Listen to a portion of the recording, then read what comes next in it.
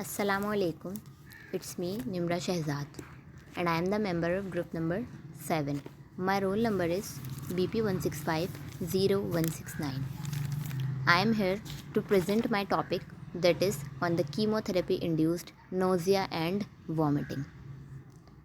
Now, before proceeding to our main topic, we should first of all know what is the nausea and what is the vomit. Basically, nausea is a diffuse sensation of unease and discomfort, often perceived as an urge to vomit. Means, nausea is a feeling of discomfort on your chest, upper abdomen that feels like expel out each and everything from your body. And the vomiting or emesis, is the involuntary forceful expulsion of the contents of one's stomach through the mouth. And this nausea and this vomiting occur because of any irritant that causes the irritation in your GI tract. Now, what is the chemotherapy induced nausea and vomiting? Chemotherapy induced nausea and vomiting occurs in many patients receiving chemotherapy for cancer. Means, after the chemotherapy of any cancer, the patient may feel the symptoms of nausea and vomiting, which are the most fatal and are the most usual symptoms of this chemotherapy. After the chemotherapy, the signs of nausea and vomiting start to occur, which retain for 24 hours to several days, depends upon the chemotherapeutic activity of our chemotherapeutic agent. Now, we will see how this nausea and vomiting induced. As we know, the CNS, the peripheral nervous system, and the GIT all are involved in initiating and coordinating the emesis response. In the CNS, the vomiting center receives incoming signals from other parts of the brain and the GI tracts and then coordinates the emetic response by sending signals to the effector organs. The vomiting center is stimulated by neurotransmitters released from the chemoreceptor trigger zone, that is CTZ, the GI tracts and the vestibular apparatus. The major neurotransmitters which are involved in this CNIV condition are NK1 receptors, serotonin receptors, and dopamine receptors. Now here we have a flow chart. This flow chart is also showing that when we take chemotherapy drugs, it leads to the damage to the cells that line the stomach, and because of which neurotransmitter releases like serotonin or NK1, which causes activation of the nerves, which transmit impulses to the brain that activates the vomiting center, and then vomiting reflex occur.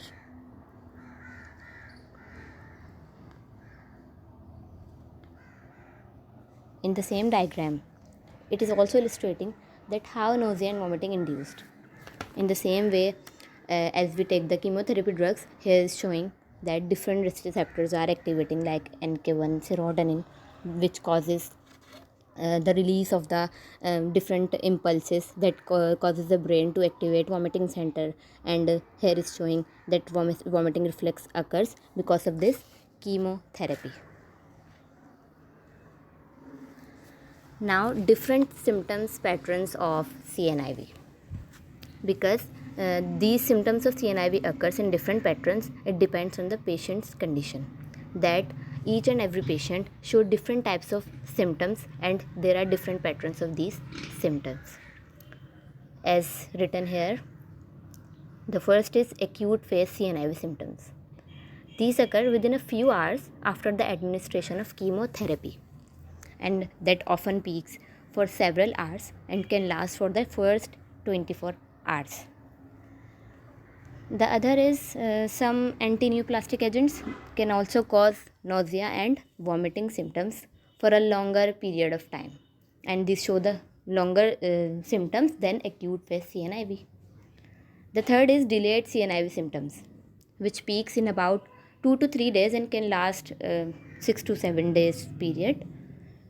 The last is some patients who have received previous chemotherapy treatments may experience a condition in which they have symptoms even before the chemo starts. Means they have received the chemotherapy before, but now again we are giving the chemotherapy treatment.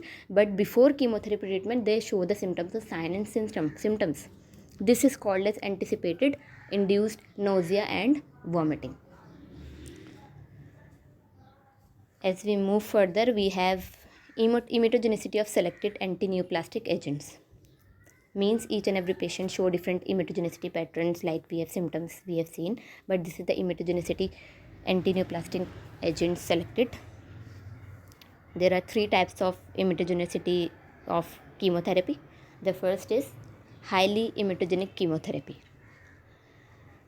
An antineoplastic agent that are most likely cause 90% of the patient's symptoms. Means in the 90% of the patients which symptoms are shown are called as highly immunogenic chemotherapy. The second is moderate risk immunogenic therapy. Those agents which causes nausea and vomiting in 30% to 90% of the patients are classified as moderate risk agents.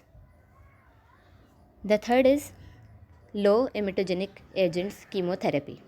Those agents which causes the nausea and vomiting in 10 to 30% of the patients are classified as low immunogenic patients chemotherapy.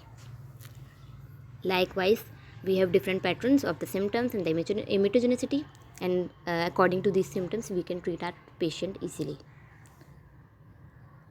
Now the case study of our main topic, which is that a 54-year-old woman with breast cancer in the clinic today to received her first cycle of AC, and for this AC means before meal, the dose which we are using is doxorubicin and cyclophosphamide chemotherapy.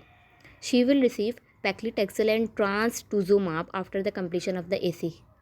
Her chemo doses for the doxorubicin and cyclophosphamide are doxorubicin IV, which is given 60 mg per meter square, and cyclophosphamide, which is given 600 mg per meter square IV for one dose on day 1 each cycle, and these cycle will be repeated for every 21 days and for 4 cycles. In the history, she does not drink any alcohol, she does not smoke. Her only medical condition is adult onset diabetes, which is controlled by metformin and diet. She has had 4 children, now all grown up, and had substantial morning sickness with each of her pregnancies. Her neighbor has told her that all chemotherapy causes severe nausea and vomiting. Now, how is she likely to experience nausea and vomiting? For our case study, we have SOAP notes. In the SOAP notes, first the subject, in which the gender is female, aged 54 years old. She visited hospital because of breast cancer to receive her first cycle of chemotherapy. In the history, she does not drink any alcohol, no smoke. Her medical condition is only diabetes, which is controlled by the diet and metformin. She had substantial morning sickness with each of her pregnancies because she had 4 children. Now in the object, by the diagnostic measurements, it is estimated that she is suffering from breast cancer, and because of the chemo, she is prone to nausea and vomiting.